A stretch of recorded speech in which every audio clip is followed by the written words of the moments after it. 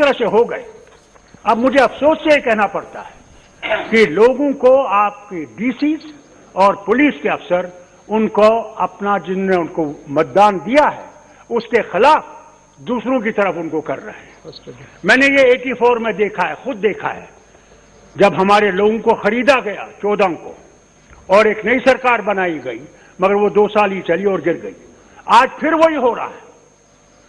मेहरबानी करके अगर हमने डेमोक्रेसी को जिंदा रखना है, मेहरबानी करके जो लोगों ने वोट दिया है और डिस्ट्रीब्यूट कर दिया है उसको संभालना चाहिए। उसके खिलाफ करेंगे तो लोगों में इसके खिलाफ एक नाएतमादी हो जाएगी कि साहब ये इलेक्शन तो हमने वोट दिया मगर उसके बाद खरीदने वाले आ गए, पैसों के बैग लेके आ गए और उनको खरीद लिया। इसकी तरफ भी मैं गुजारिश करूंगा, क्योंकि आप लॉ मिनिस्टर भी हैं, और मैं आपसे गुजारिश, कोई ना कोई कानून ऐसा लाना चाहिए जहां पे ये लोग न कर सके कि आपको वोट दिया और हमने खरीद लिया। ये डेमोक्रेसी के लिए एक बर्बादी का एक रास्ता है जिसको मैं गुजारिश करूंगा इसको बंद कर दीजिए। इसके साथ साथ मैं आपसे कहना चाहता हूं कि देखिए, मैं कोई लड़ाई नहीं चाहता। किसानों का मामला है, किसानों के मामले में मैं सिर्फ आपसे एक गुजारिश करता हूं, ये कोई खुदाई किताब नहीं है जिसमें हम तब्दीली नहीं कर सकते, मगर हमने कानून बनाया। अगर उस कानून में वो चाहते हैं कि इसको रद्द करें तो क्या जाता है कि आप उनसे बात करें और बात करके ये देखें कि वही वो कानून लाइए जिसमें कि किसान जो है, मैं खुद जानता हूं हुजूर, मैं वजीर आला था और हमारे यहां बहुत जबरदस्त वो जो है सूखा पड़ा, और उस वक्त के जो वजीर थे, मैं नाम नहीं लूंगा यहां पे, हिंदुस्तान के मरकज के जो वजीर थे वो आए जम्मू। हमने हेलीकॉप्टर उनके सामने रखा, उन सारे इलाकों में ले गए जहां पे वो सूखा पड़ा था। तो जब उनने दौरा किया, उन्होंने कहा साहब नुकसान तो बहुत जबरदस्त है और हमें मेरे ख्याल से 1000 करोड़ तक इसको देना चाहिए। और जब दिया, हैरान होंगे, हमें 16 करोड़ मिले और मेरे पास डेवलपमेंट के लिए 37 करोड़ थे। मैंने डेवलपमेंट बंद कर दिया। मैंने कहा अगर किसान मर गया तो हम लोग जिंदा नहीं रह सकते, और किसान के लिए मैंने बीज, इंस्ट्रूमेंट्स, जो कुछ भी उनको चाहिए था मैंने सरकार की तरफ से दिया, फर्टिलाइजर सरकार की तरफ से, कि किसान उठे, हम बच सके।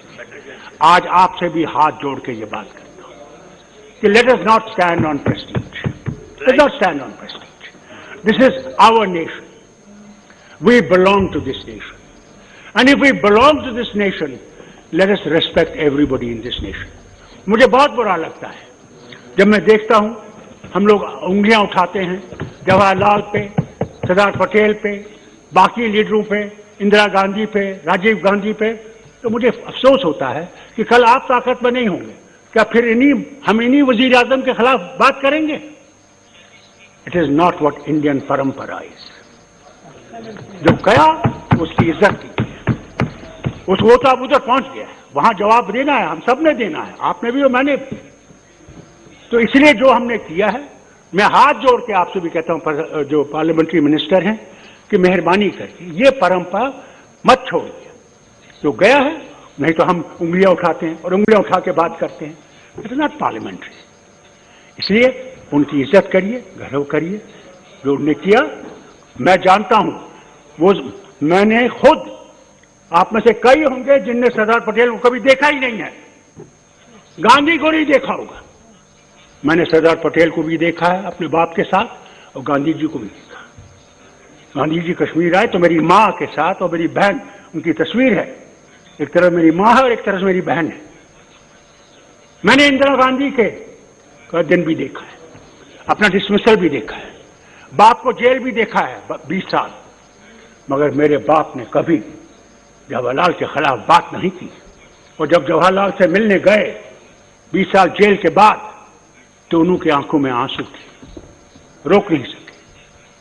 तो एक चीज है ना, पॉलिटिकली वी may differ, मगर इंसानियत तो है एक दूसरे में। क्या है? मैं मुसलमान हूं तो क्या हिंदुस्तानी मुसलमान नहीं हूं? और आप अगर हिंदू हैं तो क्या है? क्या वो पैदा करने वाला नहीं है? भगवान जो है और अल्लाह जो है वो सब एक है, कोई फर्क नहीं है। और जब आप फर्क करने लगेंगे तो आप देश को तोड़ देंगे। वैसे देश को अगर एक रखना है तो हमने इकट्ठे रहकर रहना है, और अगर आपने कोई गलती की हम आपको ठीक करेंगे, आप हमने गलती की तो आप हमें ठीक करेंगे।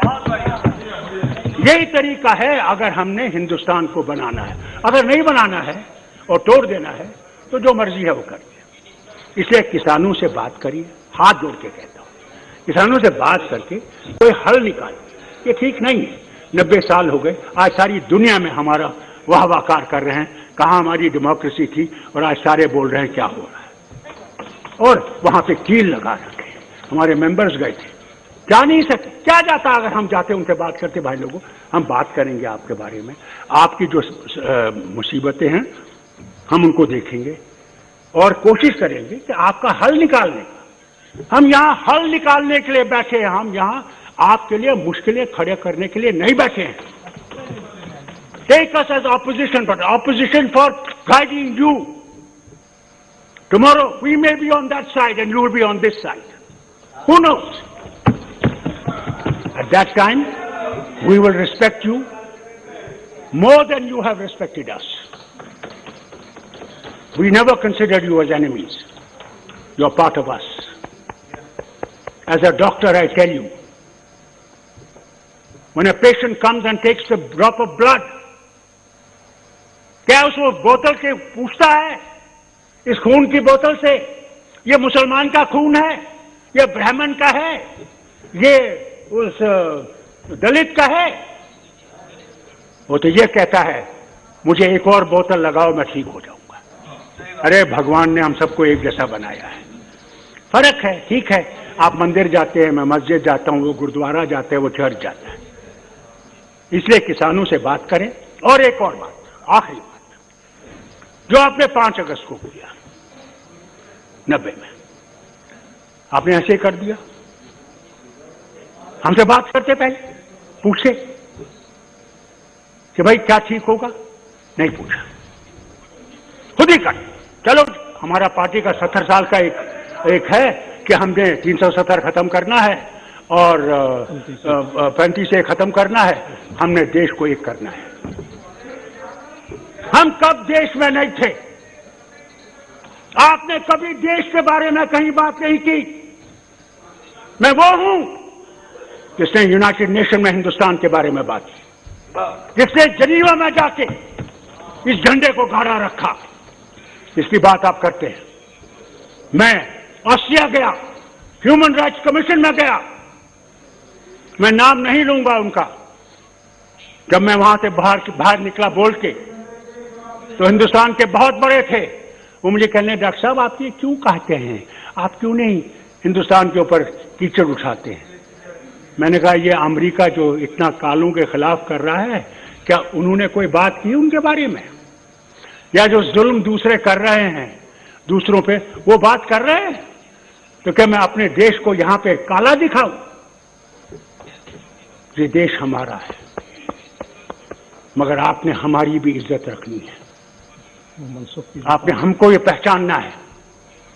हमने वो झंडा खड़ा कर रखा जबकि आए 1500 मेरे मिनिस्टर मारे गए, मेरे लीडर मारे गए, मेरे वर्कर मारे गए, क्योंकि वो तिरंगा को थामे हुए थे। आज हमें पाकिस्तानी कहते हैं, खालिस्तानी कहते हैं, चीनी कहते हैं। मुझे अफसोस है, मैं आपसे कहना चाहता हूं, याद रखिएगा, मरना मैंने यहां है और जीना मैंने यहां है, और खड़ा होकर जीना है। मैं झुकूंगा नहीं, मैं झुकने वाला नहीं। मेरा एक खुदा है, उसी के सामने मैं जवाब देना है। इसलिए जो आपने किया है उसकी तरफ देखिए, उसको समझिए और कश्मीर के लोगों को दिल से लगाइए। और आपने उस रियासत को जो ताज थी हिंदुस्तान का, उसके टुकड़े किए हैं हम मुसलमानों को दिखाने के लिए, हैं जिन्होंने जाने दी इस मुल्क के लिए, इस वतन के लिए। थैंक यू डॉक्टर साहब। जो इस वतन के लिए खड़े रहे। Please now please conclude. मैं आपसे कहता हूँ, प्लीज मैं आपसे सिर्फ एक गुजारिश करूंगा। बैठिए बैठिए बैठिए। मैं आपसे गुजारिश फाल करता हूँ। साहब दानिश अली बैठिए बैठिए बैठिए प्लीज। डॉक्टर साहब सक्षम हो, उनको किसी की मदद की जरूरत नहीं है, प्लीज बैठ जाइए। हमारे बैठिए हमारे देश को बैठिए बैठिए और उसका कोई संविधान बैठो दानिश अली बैठ जाइए आप। मैं यहाँ फाल साहब बैठिए please please sit down please sit down. मैं लड़ाई करने के लिए तैयार नहीं हूँ। आप डॉक्टर साहब प्लीज। मैं 85 साल का आदमी हूँ। दानिश भाई बैठिए आप प्लीज बैठ जाइए देश को प्लीज देखा है बनते। फाल साहब आपने please please please sit down. देखा, मैंने देश को बनते देखा है। हम भीख मांगते थे अमेरिका की। मंत्री जी सच है? ट्रूमन का वो 480 का प्रोग्राम याद है? प्लीज कंक्लूड डॉक्टर साहब प्लीज कंक्लूड। हमारे पास वो जहाज में सड़ी हुई गंदम आती थी, सड़ी हुई, और यहाँ के किसान की वजह से। और फिर देखिए आज हिंदुस्तान कहाँ पहुंचा है। आज दुनिया को अनाज खिलाता है, सिर्फ हमें नहीं, दुनिया को। तो ये यहाँ का किसान। नो प्लीज कंक्लूड डॉक्टर साहब। अगर हमने इस भारत को बनाना है तो इकट्ठे बनाना है, अकेले आप। Thank you. सबको साथ चलाइए, सबके दिल की दर्द को समझिए और दिल को समझ के ये समझ लीजिए। थैंक यू डॉक्टर साहब। आप कहते क्या राम सिर्फ आपका है? राम तो विश्व का राम है, याद रखिए। और अगर वो विश्व का राम है तो हम सबका राम है। मगर आप लोग राम को बैठे हुए बस, जिस तरह हम मुसलमानों ने कुरान को यहां लगा रखा है और कहते हैं ये कुरान सिर्फ हमारा है। कुरान हमारा नहीं है, कुरान सबके। प्लीज कंक्लूड डॉक्टर साहब प्लीज। बाइबल सबके। It's very good note to conclude. सुन लीजिए मेरी बात। 2 मिनट प्लीज। 2 मिनट बोलना चाहिए। 1 घंटा बोलने दिया उनको। मुझे 2 मिनट बोलने दीजिए बस। मैं आपसे गुजारिश करूंगा 5 कि सबको साथ चलाइए और साथ को चला के हम लोग इस दुनिया को बना सकते हैं और विश्व को दिखा सकते हैं कि हमारे पास क्या चिराग है। उस मुल्क के जो आपने उस रियासत के जो टुकड़े किए हैं उन टुकड़ों को जोड़ने की बात करें। और अब वो जो आपने हमें काटा है उसको जोड़िए, सीलिए जरा थोड़ा सा। मैं विनती करता हूं और बहुत बहुत शुक्रिया। थैंक यू डॉक्टर साहब। और आप सब मेंबर। थैंक यू डॉक्टर साहब। आपने मुझे मौका। श्रीमती सुनीता दुग्गल जी कोशिश की, बहुत बहुत शुक्रिया। खबरों से अपडेट रहने के लिए JK24/7 न्यूज के YouTube चैनल को आज ही सब्सक्राइब करें और Facebook पेज भी फॉलो करें।